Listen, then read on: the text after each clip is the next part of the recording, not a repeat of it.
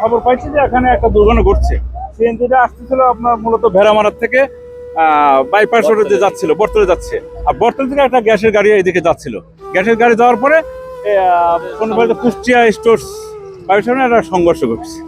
এই সংঘর্ষে আমরা এখানে আসছি, লাস্টে তারা পরিচয় পাইনি।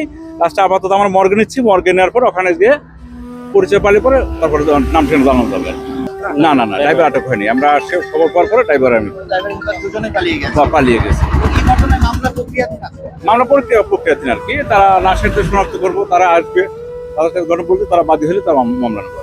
কুষ্টিয়া বাইপাসে একটি গ্যাসের সিলিন্ডারবাহী ট্রাক এর সাথে একটি সিএনজির যাত্রীবাহী সিএনজির মুখোমুখি সংঘর্ষ হয়।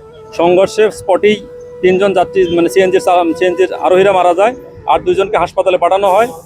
তারা এখনো কি অবস্থা আছে আমরা এখনো সংবাদ পাই নাই, তবে এখন পর্যন্ত আমাদের কাছে 3 জনের মৃত্যু সংবাদ আছে। আমরা ট্রাক আটক আছে এবং এই বিষয়ে আমরা আইনগত ব্যবস্থা গ্রহণ চলমান আছে। বেলা অনুমান 2 ঘটিকার আশেপাশে আমরা তাৎক্ষণিকভাবে আমরা 3 জন যেটা মারা গেছে তাদেরকে হাসপাতালে পাঠিয়ে দিয়েছি।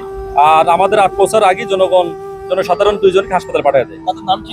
নাম ঠিকানা এখন কারোই পাওয়া যায় নাই। আমরা নাম ঠিকানা সংগ্রহের ইয়াতে আছি।